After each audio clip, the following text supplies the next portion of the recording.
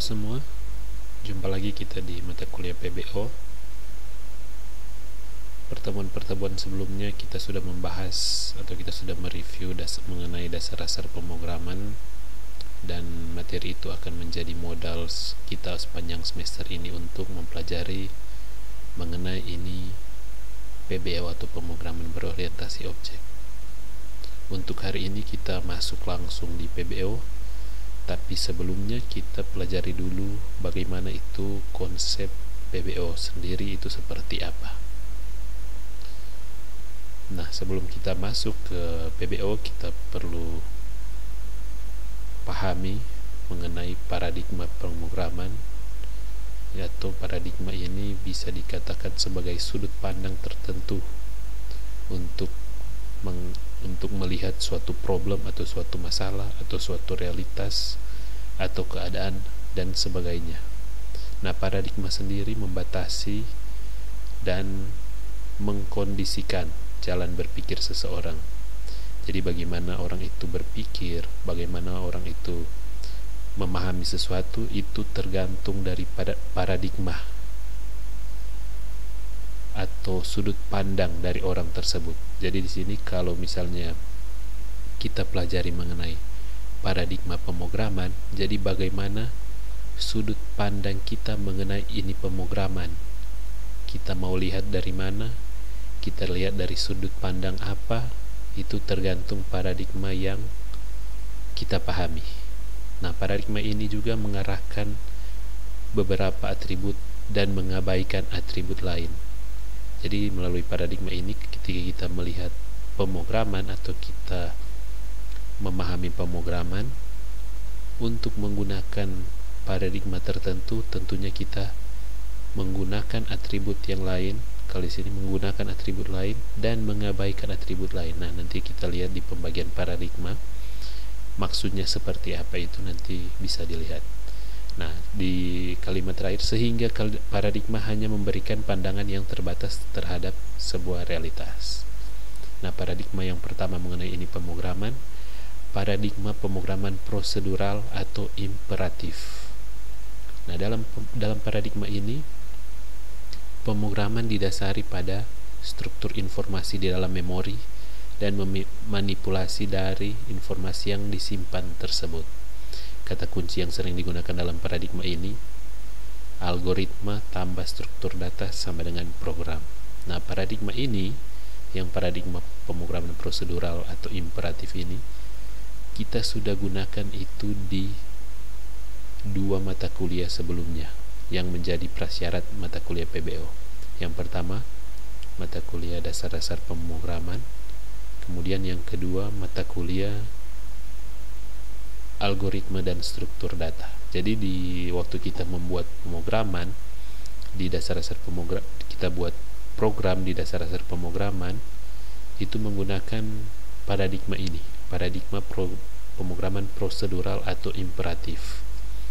Nah, jadi sebelum ini yang waktu kita buat di pertemuan sebelumnya mengenai review dasar-dasar pemrograman, di situ kan kita buat ada program-program atau ada problem yang kita selesaikan dalam pemrograman, itu kita gunakan paradigma prosedural.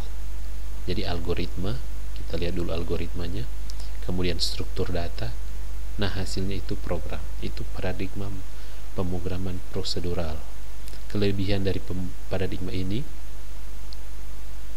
adalah efisiensi eksekusi, karena lebih dekat dengan konsep mesin. Jadi dia lebih efisiensi ketika kita mengeksekusi. Jadi waktu kita run itu, ketika kita run, komputer akan atau mesin akan cepat itu mengeksekusi. Nah, kekurangannya adalah batasan yang sangat mengikat, sehingga terkadang menyulitkan programmer yang tidak terbiasa. Nah, kalau Anda sudah terbiasa dengan programmer, dengan pemrograman, ketika kita dihadapkan dengan paradigma prosedural ini, kita akan mengalami susah, atau maksudnya tidak fleksibel, ini tidak mobilitas. Ini paradigma prosedural ini tidak terlalu mobilitas dibandingkan paradigma yang lain. Nah, contoh bahasa pemrograman yang menggunakan paradigma prosedural itu ada ALGOL, Pascal, Fortran, Basic, Visual Basic, COBOL, C, dan sebagainya. Makanya sebelum ini di mata kuliah dasar-dasar pemrograman itu kita gunakan Pascal, ada yang pakai C, ada yang pakai Pascal, dan lain sebagainya. Karena itu waktu di dasar-dasar pemrograman kita menggunakan paradigma pemrograman prosedural. Itu paradigma yang pertama. Kemudian paradigma yang kedua, paradigma pemrograman fungsional. Nah, paradigma ini tidak mempermasalahkan memorisasi dan struktur data. Jadi struktur data tidak terlalu diperhatikan di paradigma ini. Tidak ada pemilahan antara data dan program. Tidak ada lagi pengertian tentang variabel. Nah, kalau di dasar-dasar pemrograman di prosedural kan kita belajar mengenai variabel, tipe data, operator, dan lain sebagainya. Nah, kalau di fungsional ini variabel tidak ada lagi pengertian tentang variabel. Programmer tidak perlu tahu bagaimana mesin mengeksekusi atau bagaimana informasi disimpan dalam memori. Itu programmer tidak peduli lagi. Setiap fungsi seperti kotak hitam. Jadi kita cuma bermain di interface saja, kita hanya bermain di layar saja. Apa yang terjadi di belakang, di dalam mesin itu, programmer tidak mau tahu itu. Yang perlu diperhatikan hanya keadaan awal dan akhir. Jadi yang penting inputnya oke dan outputnya oke. Itu hanya itu yang diperhatikan, itu menggunakan paradigma pemrograman fungsional. Sebuah program besar dihasilkan dengan menggabungkan fungsi-fungsi yang telah tersedia. Jadi biasa bahasa pemrograman sudah menyediakan fungsi-fungsi, itu orang tinggal atau programmer tinggal panggil itu fungsi-fungsi, tinggal gabungkan dan nanti hasilnya jadi. Nah, ini banyak kita lihat di bahasa pemrograman APL dan Lisp. Kemudian ada juga logo. Nah, ini mungkin masih banyak yang belum pernah sentuh ini bahasa pemrograman ini. Nanti ini bahasa pemrograman ini ada di mata kuliah kecerdasan buatan. Kecerdasan buatan. Ini LISP dan kawan-kawan ini ada di mata kuliah kecerdasan buatan. Mudah-mudahan kita berjumpa lagi di mata kuliah kecerdasan buatan. Kemudian paradigma yang berikutnya, paradigma pemrograman deklaratif, prediktif atau logik. Nah, dalam paradigma ini programmer menguraikan sekumpulan fakta dan aturan-aturan. Ketika program dieksekusi, pemakai akan mengajukan pertanyaan. Selanjutnya, programmer akan menggunakan aturan deduksi dan mencocokkan pertanyaan dengan fakta-fakta yang ada untuk menjawab pertanyaan. Jadi di sini fakta-fakta sudah ada. Kemudian ketika user bermau apa yang memberikan apa yang dimintakan apa atau apa yang dia mau, programmer hanya mencocokkan apa permintaan itu atau pertanyaan itu sesuai dengan fakta-fakta yang ada. Nah, ini biasa kita temukan di sistem pendukung keputusan dan lain sebagainya. Nanti ada di mata kuliah lain, itu membahas mengenai ini paradigma pemrograman deklaratif, prediktif atau logik. Nah, bahasa pemrograman yang menggunakan paradigma ini adalah Prolog contohnya. Nah, ini juga paradigma ini akan ditemukan di salah satunya di mengenai kecerdasan buatan. Kemudian paradigma berikutnya yaitu paradigma berorientasi objek atau object oriented. Nah, paradigma ini menggabungkan atau menggunakan konsep kelas dan objek. Jadi ada konsep kelas, ada konsep objek, kemudian itu digabungkan dalam paradigma ini. Nah, setiap objek akan mempunyai atribut dan metode. Jadi perhatikan ini ya. Ini kita di mata kuliah ini kita ada di paradigma ini. Setiap objek akan mempunyai atribut dan metode. Jadi objek itu susunannya dari atribut dan metode. Masing-masing objek dapat berinteraksi dengan objek lainnya meskipun berasal dari kelas yang berbeda. Nah, ini masih membingungkan. Nanti sambil kita ulas apa ini objek, apa ini kelas, apa ini atribut, metode selama ini perkuliahan ini, nanti kita akan lebih mengerti lagi. Nah, contoh bahasa pemrograman yang menggunakan ini paradigma: Smalltalk, Eiffel, C++, Delphi, Java. Makanya kalau mata kuliah Object Oriented Programming atau pemrograman berorientasi objek, biasanya kita gunakan di situ bahasa pemrograman C++ atau Java.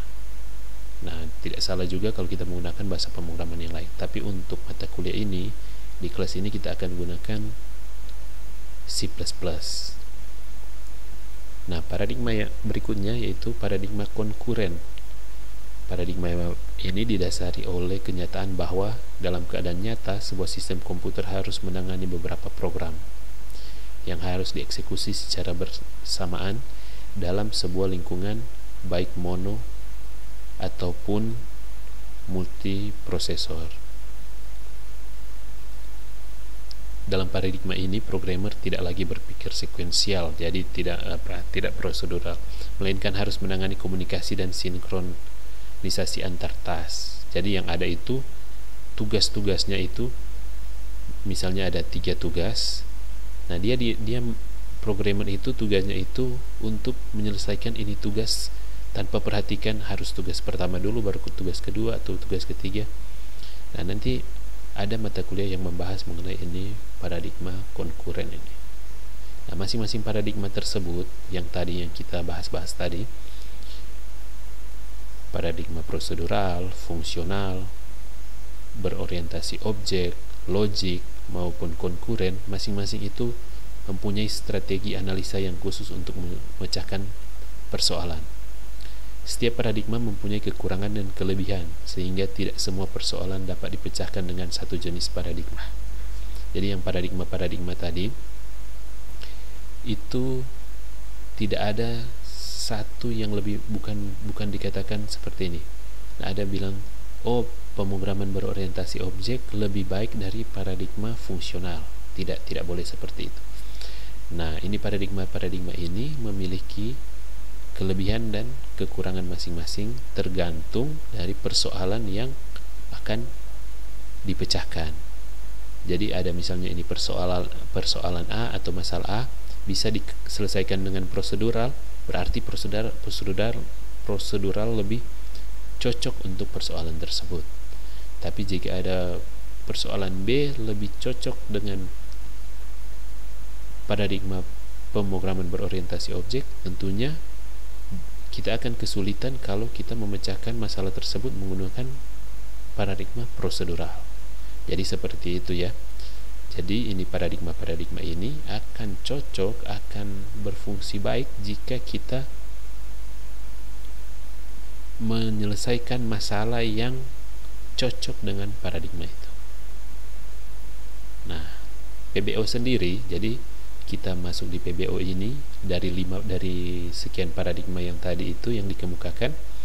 Di situ ada paradigma pemrograman berorientasi objek, yaitu paradigma yang menggabungkan atau menggunakan objek dan kelas di dalamnya. Objek dan kelas. Jadi yang kita pelajari sepanjang semester ini paradigma berorientasi objek, yang kalau di dasar-dasar pemrograman menggunakan paradigma prosedural dan lain sebagainya. Nah,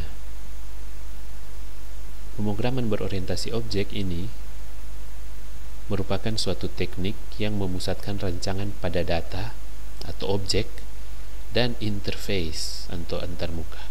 Nah, paradigma object oriented programming menyelesaikan masalah dengan merepresentasikan masalah ke model objek. Jadi kalau ada masalah, dia representasikan dulu dalam bentuk objek, baru bisa selesaikan dengan ini paradigma berorientasi objek. Nah, seperti apa itu konsep atau paradigma object oriented programming? Nah, objek-objek dalam dunia nyata analoginya seperti ini. Objek-objek dalam dunia nyata mempunyai 2 karakteristik khusus, yaitu status dan perilaku. Contohnya ini, sepeda punya status. Jadi kalau kita mau buat program mengenai sepeda, sepeda yang 2 bola itu sepeda. Nah, statusnya di situ, status dari sepeda yaitu jumlah gear, jumlah pedal, jumlah buah ban, dan lain-lain. Dan perilaku yaitu mengerem, mempercepat, ubah gear,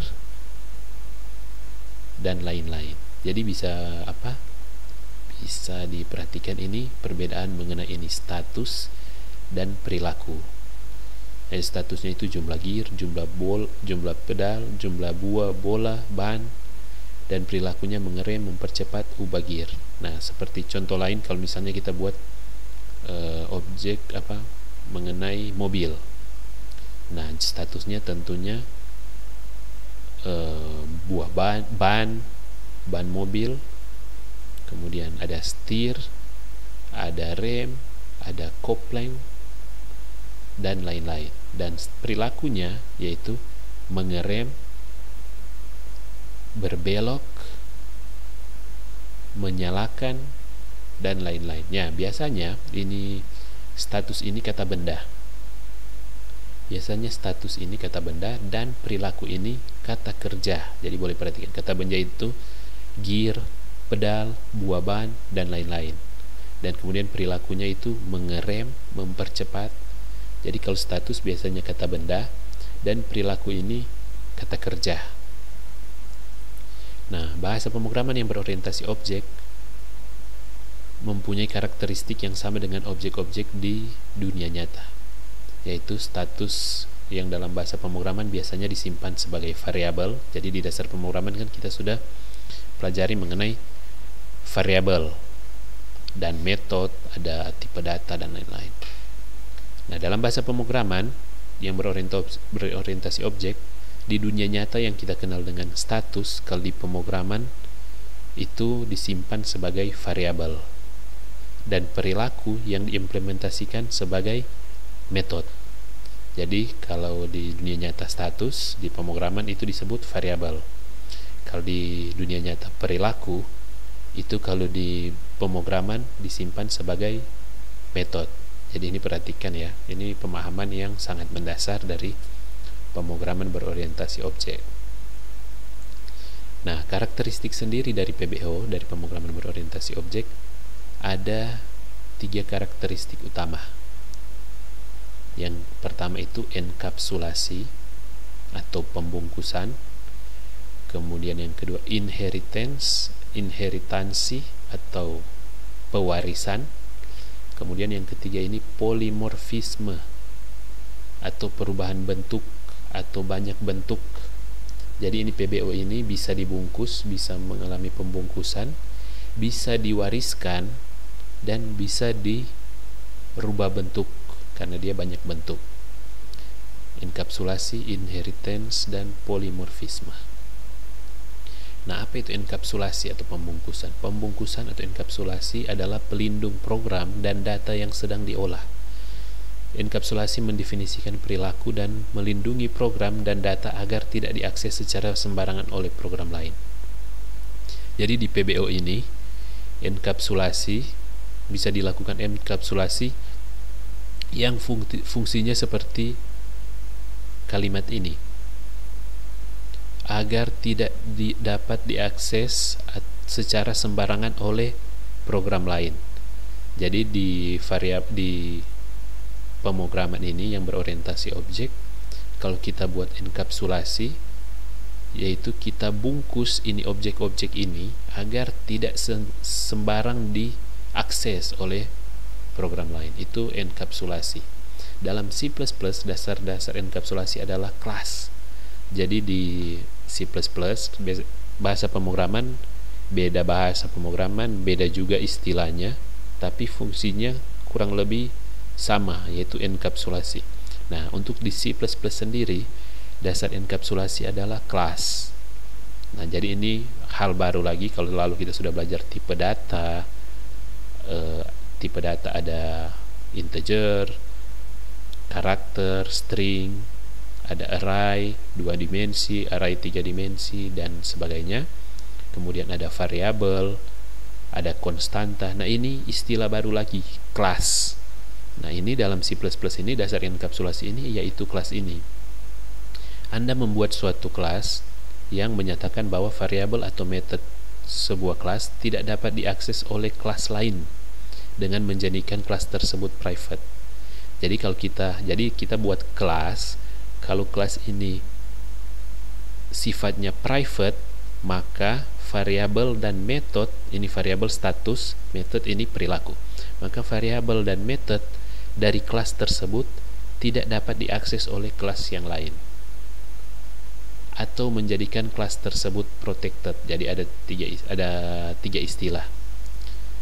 Ada private, ada protected, dan ada public. Nah, kalau private dan protected ini dia kurang lebih bahwa ini private, bahwa objek-objek di dalam kelas itu yaitu variabel dan metode tidak dapat diakses sembarangan oleh kelas yang lain.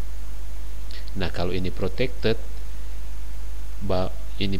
ini artinya bahwa objek-objek di dalamnya yaitu method dan variabel hanya bisa diakses oleh turunan dari kelas tersebut. Nah, turunannya seperti apa nanti kita bisa lihat langsung dalam pembahasan selanjutnya. Atau menjadikan kelas tersebut public. Jadi ini tiga: private, protected, public. Ini private, ini protected, kemudian public, yaitu bisa diakses oleh sembarang kelas. Jadi kalau kelas tersebut kita buat sifatnya public, maka objek-objek variabel atau metode di dalamnya bisa diakses sembarang oleh kelas yang lain. Nah, itu mengenai pemungkusan atau enkapsulasi. Jadi di dalam enkapsulasi kita buat kelas yang sifatnya bisa private, bisa protected, dan public. Kemudian yang kedua, yaitu sifat yang kedua, inheritansi atau bisa diwariskan. Objek-objek yang berada di sekitar kita adalah objek-objek yang saling terhubung secara hierarkis. Misalnya di sini ada contoh. Misalnya kita buat objek gambar. Nah, objek gambar ini terdiri dari, kalau kita lihat dari sudut pandang dimensinya, objek gambar bisa terdiri dalam bentuk 2 dimensi dan bentuk 3 dimensi. Nah, bentuk 2 dimensi itu bisa gambar-gambar apa saja. Di situ ada bisa lingkaran, bujur sangkar, persegi panjang, dan lain-lain, segitiga. Nah, itu semua itu yang saya sebutkan tadi itu termasuk dalam bentuk 2 dimensi. Sedangkan yang bentuk 3 dimensi itu piramida, bola, balok, kubus. Nah, itu termasuk dalam 3 dimensi. Jadi perhatikan ya, ini objek, kita mau lihat turunannya. Jadi objek gambar di sini bentuk 2 dimensi. Jadi kalau bilang bujur sangkar, ini adalah objek gambar yang berbentuk 2 dimensi. Jadi yang bujur sangkar ini dia menggunakan sifat-sifat dari parents-nya. Jadi ini di sini child, anaknya, dan ini parents yang bentuk 2 dimensi, dan ini bentuk 2 dimensi ini parents-nya ini yang objek gambar. Jadi kalau bujur sangkar di situ ada, kita bisa lihat ada, kalau statusnya atau variabel kita bisa masukkan di situ, ada panjang, ada lebar, ada tinggi, ada jari-jari untuk lingkaran.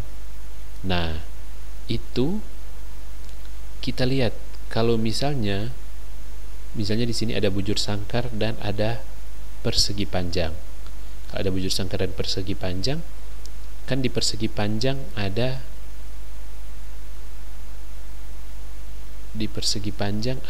sisi. Maksudnya di persegi panjang ada panjang dan lebar. Sedangkan di bujur sangkar ada sisi. Nah, itu yang disebut dengan status atau variabel. Nah, sedangkan metodenya atau perilakunya di situ bisa menghitung luas, menghitung keliling, dan lain-lain. Sedangkan kalau di 3 dimensi, kalau di bola, kubus, atau balok, bisa di situ statusnya bisa, atau status atau variabelnya bisa panjang, lebar, tinggi, jari-jari, diameter, dan lain-lain. Nah, itu sebagai status dan atau variabel. Sedangkan kalau metode atau perilakunya di situ bisa menghitung luas, menghitung keliling, menghitung isi atau volume. Nah, seperti itu. Jadi yang kalau kita menggambarkan objek, kita bisa gambarkan hierarkinya seperti ini. Jadi inheritance itu contohnya yang di sini, inheritance. Lingkaran dan bujur sangkar adalah turunan dari bentuk dua dimensi. Dan bentuk dua dimensi adalah turunan dari objek gambar lingkaran. Dan bujur sangkar mewakili sifat-sifat dari bentuk dua dimensi. Nah, sifat-sifat apa saja itu? Nah, dua dimensi juga mewarisi sifat-sifat dari objek gambar lingkaran dan bujur sangkar dapat dikatakan subkelas dari bentuk dua dimensi. Jadi ini dua dimensi, ini kelas dua dimensi, dan ada kelas bentuk tiga dimensi. Dan yang di bawahnya ini adalah subkelas lingkaran, yaitu subkelas dari kelas dua dimensi. Jadi pengertiannya seperti itu. Nah, bentuk tiga dimensi adalah superkelas dari bola dan piramida. Jadi ini subkelas, ini bola, piramida, bujur sangkar, lingkaran, ini adalah subkelas. Sedangkan yang bentuk dua dimensi dan bentuk tiga dimensi adalah superkelas. Itu penyebutannya seperti itu. Itu mengenai inheritance. Nanti akan lebih dimengerti lagi ketika kita masuk dalam pengkodean. Seperti apa itu inheritance di pengkodean, nanti kita akan lebih mengerti lagi. Nah, sedangkan ini polimorfisme, pengertiannya bisa dijabarkan di slide-slide berikut ini, yaitu di sini walaupun lingkaran dan bujur sangkar sama-sama turunan dari dua dimensi, nah ini lingkaran dan bujur sangkar dua-duanya itu turunan dari bentuk dua dimensi, tetapi cara mengubah ukuran masing-masing berbeda. Untuk lingkaran, Anda harus merubah besar jari-jarinya. Kalau mau merubah ukuran dari lingkaran, tentunya kita harus rubah besar jari-jari. Sedangkan untuk bujur sangkar, Anda harus mengubah panjang sisinya. Jadi walaupun dua-duanya ini, lingkaran dan bujur sangkar, adalah subkelas dari dua dimensi, tapi untuk merubah ukuran itu, kalau bujur sangkar harus dirubah sisinya, panjang sisinya. Kalau memperkecil tentunya kita memperpendek, tapi kalau memperbesar tentunya kita menambahkan. Sedangkan kalau di lingkaran itu besar jari-jarinya yang harus kita rubah. Nah, metode suatu parent class dapat diubah oleh subclass. Hal ini dikenal dengan overriding method. Jadi di polymorphism sini ada juga disebut dengan overriding method. Nah, sambil kita di kedepannya, sambil kita bahas ini, kita akan lebih mengerti bagaimana itu overriding method. Overriding method kalau secara singkatnya yaitu metode suatu parent class, metode dari kelas parent dapat dirubah oleh subclass. Nah, ketika ini terjadi, itu dikenal dengan overriding method. Deklarasi metode sama tetapi implementasi atau definisinya berbeda. Metode atau perilaku yang sama tetapi implementasinya atau caranya yang berbeda-beda inilah yang disebut dengan polymorphism. Jadi sekali lagi, metode atau perilaku yang sama. Jadi di dalam kelas kan ada metode, ada variabel. Nah, metode atau perilaku yang sama tapi implementasinya berbeda-beda, inilah yang disebut dengan polymorphism. Misalnya metodenya menghitung luas. Nah, menghitung luas di lingkaran dan menghitung luas di bujur sangkar, dua-duanya bisa dilakukan. Jadi di lingkaran bisa menghitung luas, di bujur sangkar juga bisa menghitung luas. Tapi pengerjaannya itu berbeda. Di lingkaran itu menghitung luas, rumusnya bagaimana, dan di bujur sangkar menghitung luas, rumusnya bagaimana, kan pasti berbeda. Nah, itu yang disebut dengan polymorphism. Metodenya sama, tapi implementasinya atau caranya berbeda. Nah, itu 3 sifat utama dari pemrograman berorientasi objek. Nah, untuk pembahasan kita hanya sampai di 3 sifat utama ini, yaitu enkapsulasi, inheritansi, dan polimorfisme. Nanti prakteknya kita akan praktekkan di pertemuan-pertemuan selanjutnya. Jadi untuk materi hari ini, materi kali ini hanya sampai di sini. Nanti kita akan bahas lagi di materi-materi selanjutnya mengenai ini 3 sifat utama dari PBO. Terima kasih atas kehadiran.